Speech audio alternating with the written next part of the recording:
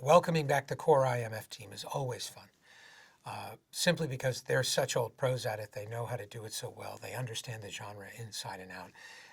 Editor Eddie Hamilton and I are constantly referring to Simon Pegg as the genre machine. He understands spy movies so well. He understands comedy and drama and pathos and tragedy and triumph all so well that he's a little bit of our secret weapon. Ving Rhames is the anchorman. You know, he's always been the ballast for the team, and he always brings a certain level of gravitas, and he does so in this movie like never before. Working with Tom, there is no ego, there's no pride of authorship. It's not about anyone's vision. It's all about instinct, it's all about emotion, it's all about serving the audience in whatever way we can and listening to them. We travel all around the world promoting these films, and each time we do, we make sure to stay in at least one of the countries, no matter how pressed for time we are, and sit and watch the movie with the audience. We always say it's not my film, it's not his film, it's everyone's film. We say this when we have supporting artists come and work in the background. We tell them, this is your movie, and you are all part of this, and it wouldn't exist without you. And we very much mean that. We very much mean that it belongs to everyone.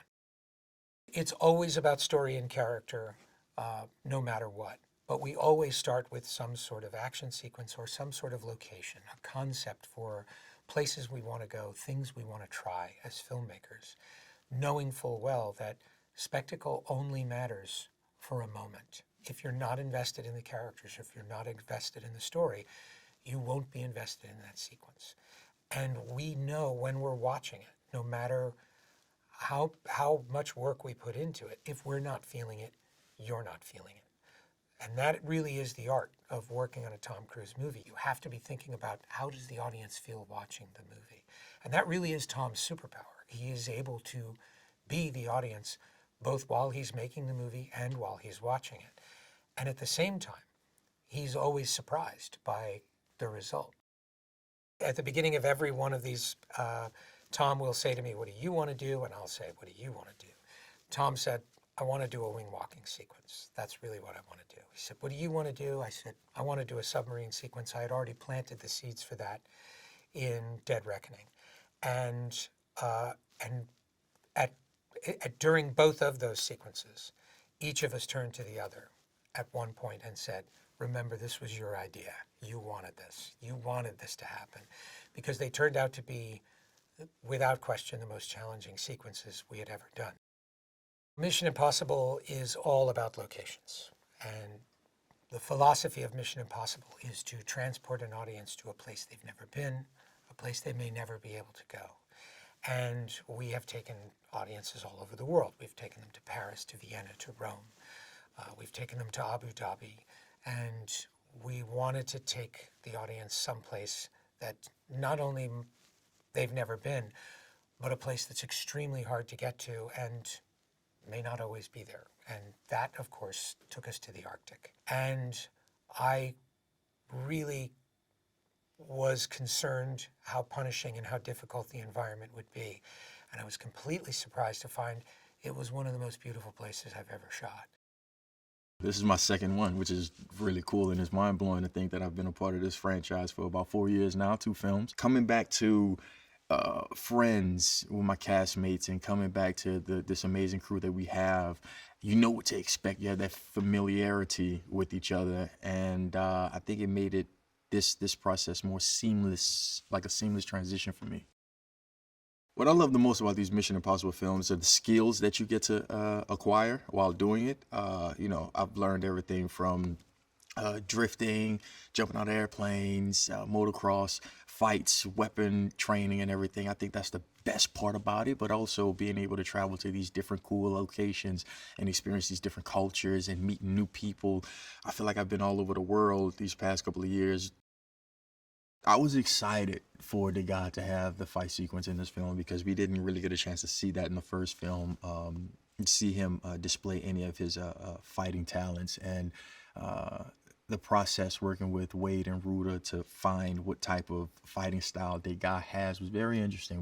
We really went through the backstory to see how did he get to where he is today and what is his position.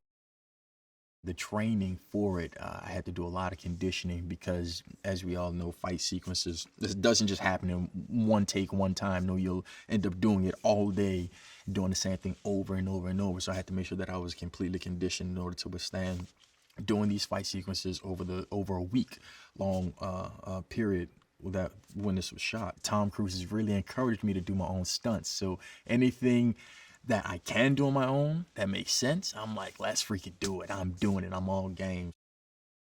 The audience can expect to be blown away from this sequence, and you will be holding your breath because this guy is underwater, and it's just something about it. When you watch it, it just makes you like tense up, clench up, and like. So when you see him going through in the submarine underwater and on the gimbal, it's just like, dude, get out, like just get out.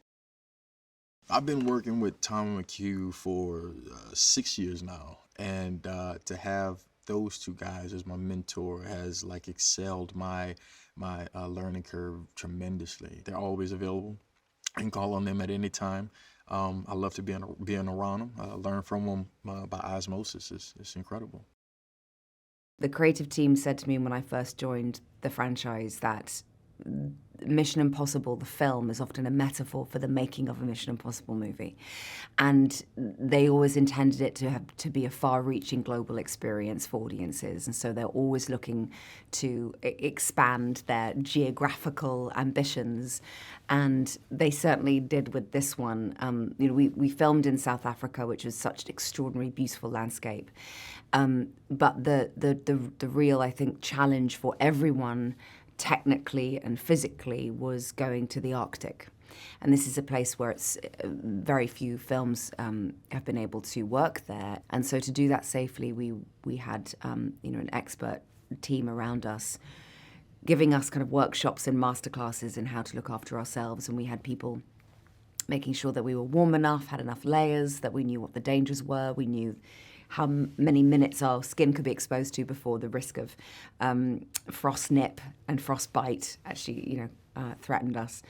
And that kind of adds to the suspense and the drama of it, I think, when you see these shots and these scenes, in particular in the Arctic, just the sense of risk and stakes just to be able to be there filming. I think it translates beautifully on camera. It is remarkable to see the way that he shows up every day, prepared and committed, and with true leadership, which is about service. So he serves an audience. He's always looking for what is the most alive, what will deliver and land in a way that's not been seen before. Everything he does is a love letter to cinema. Everything he does is part of building a legacy of wanting cinema at this scale to not only survive, but to thrive. He loves working with people, and he knows that when he pushes himself, the knock-on effect is that it will inspire and encourage other people to go beyond their own comfort zone and to do and be capable of doing great things. This is something else that no one else does apart from Tom, which is it's real. So what you're impressed by is the fact that it's happening. You're not impressed by how clever something is made to look like it's happening. And I think you feel it in him, like in every cell of his body when he runs or when he does something. You can feel it. There's a symbiotic rapport that they have where they can kind of finish each other's sentences and they speak the same language. And, that's, it's wonderful to see. There's a real mutual respect that they have. They work together brilliantly. They both share the same ambition of wanting to push themselves further and the film further.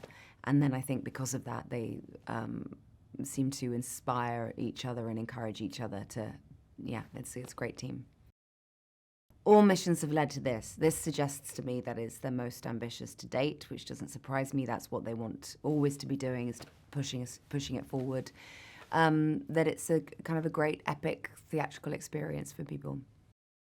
What stands out of all the missions? It's Tom. He's the heart and soul of this whole franchise. This is been his passion project now. This is the 8th one, and I think that's the thing that we come to a Mission Impossible film to see what Tom's going to do next.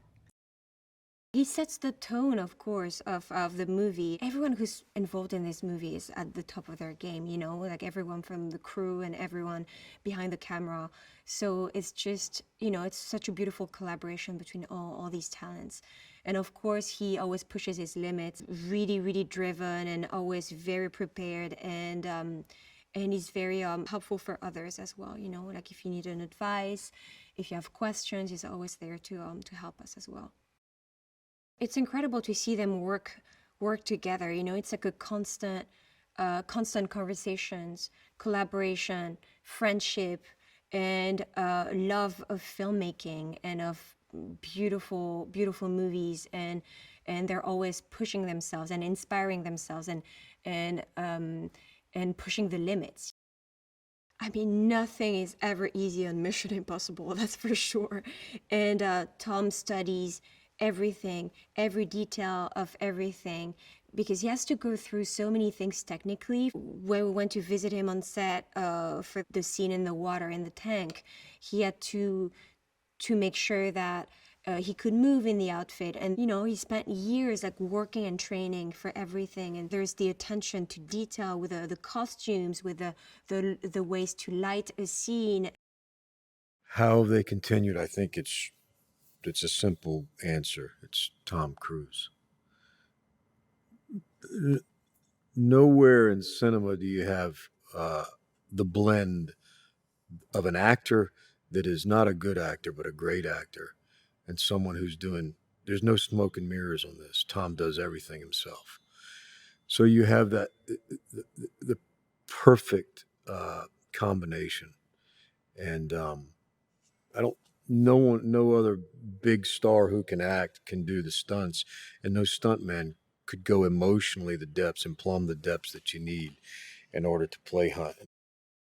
I get in a helicopter and we watch Tom take off, and we're following him with it's the best of the best, the greatest helicopter pilots, the greatest stunt pilots that are flying Tom as Tom walks on the wing. And I remember just looking, we couldn't say anything. And I remember looking at McHugh, because he's making maybe the last piece of cinema practically done on this level. And so I think we never take it for granted. None of us, especially Tom and McHugh. The energy level is extraordinary on their part. His commitment to cinema is unmatched. He lives on sets because he chooses to live on sets. He loves making films. Audiences, I think, with this picture can expect a good old-fashioned story, in that it's got adventure, it's got characters that you actually care about, it has stunts that have never been done before, and again, it's Tom doing everything, not 70%, not 90% of them, it's 100%. He's doing everything. So you're going to have an amazing movie-going experience with this. Oh, I love playing Benji. Benji's fun because he's kind of, you know, obviously he started out as being, I guess, you know, he'd often get referred to as the kind of comic relief, which I was slightly blanched at because I feel like there's more to Benji than that. And I think that's become more apparent as the films have gone on. You know, he suffers the same kind of losses and fear and sadness that the other characters do. He just happens to approach life in a certain way.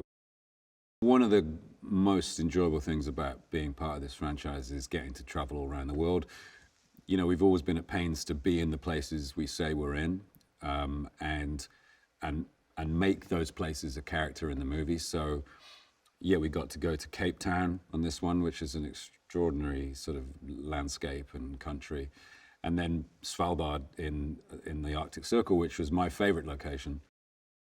I think Mission Impossible has always been about authenticity. I mean, you know, aside from the stunts being real, which we've always been at pains to do, you know, particularly for Tom to do the things he does, but also that authenticity extends to where we shoot it and how we shoot it. And McHugh is always keen to go to places and find the story in those places. Let the story be told to us by the places, and you can't do that unless you go to those places for real, which we do.